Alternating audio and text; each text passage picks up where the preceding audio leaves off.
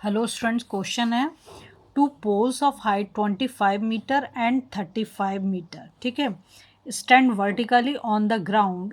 The tops of two poles are connected by a wire which is inclined to the horizontal at the angle of 30 degree. Find the length of the wire and the distance between two poles. ठीक है, तो देखो एक तो हमें ये distance पता करनी है, ठीक है, दोनों पोल के बीच की डिस्टेंस कितनी है, और दूसरा जो ये इंक्लाइंड वायर है इसका भी हमें पता करना है लेंथ को. ठीक है, देखो मैंने क्या करा है, मैंने इस डायग्राम में ये दो पोल जो लिए, एक पोल को मैंने मान लिया AC और एक पोल को मैंने मान लिया BD. ठीक है, फिर यहाँ से मैंने एक ये हॉरिजॉन्टल लाइन डाल दी CE, ठीक, जिससे हम क्या निकाल पाएंगे, बेस निकाल पाएंगे.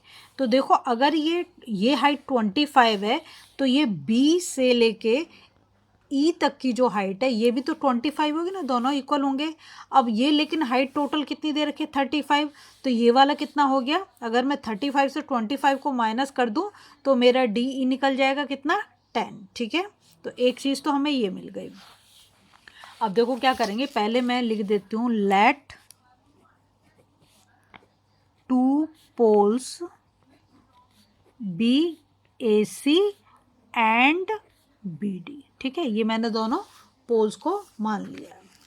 नेक्स्ट काम हम क्या करेंगे, ये हॉरिजॉन्टल लाइन मैंने CE बना दी है. ठीक है, अब हमारा ट्राइंगल बनता है ये वाला.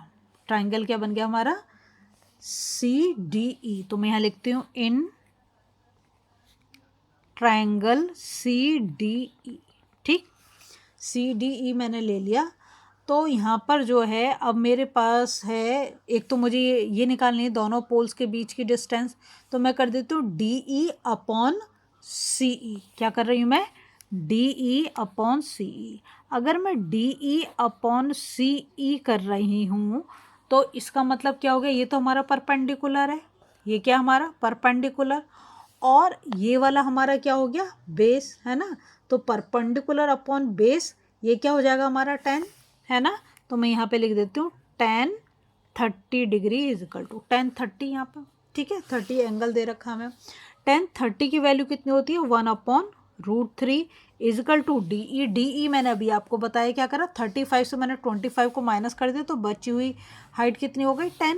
तो ये 10 हमारे पास है. और CE, अब मैं इसको क्रॉस मल्टीप्लाई कर दूंगी, CE को 1 से मल्टीप्लाई करूंगी तो CE रहेगा वो तो, और ये कितना हो जाएगा tan√3. तो हमारा CE तो निकल गया. CE हो गई दोनों के बीच में, पोल के बीच की जो डिस्टेंस है. ठीक है, इतना मीटर हमारा CE आ गया. अब हमें ये तो पता चल गया.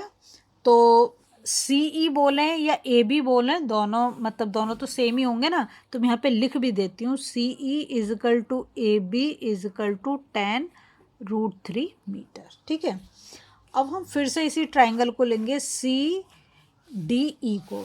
तो इस ट्राइंगल को मैं लूँगी तो अब क्या हो रहा है, देखो अब हमारे पास ये तो 10 है और ये कितना आ गया हमारे पास tan√3. ये कितना हो गया tan√3, चाहे यहाँ लिखो चाहे यहाँ लिखो tan√3. ठीक है, तो अब मुझे क्या निकालना, वायर की लेंथ चाहिए. वायर की लेंथ क्या हो गया, ये CD हो गया है ना. तो इसको निकालने के लिए मैं क्या लगा दूंगी, साइन, यहाँ पे मैं लगाऊंगी sine 30 degree is equal to क्या होगा, DE upon CD. DE upon CD. अच्छा, जो हमारा साइन 30 डिग्री होगा इसकी वैल्यू कितनी होती है, 1/2 इज इक्वल टू DE तो मैं ऑलरेडी कैलकुलेट कर चुकी थी 10.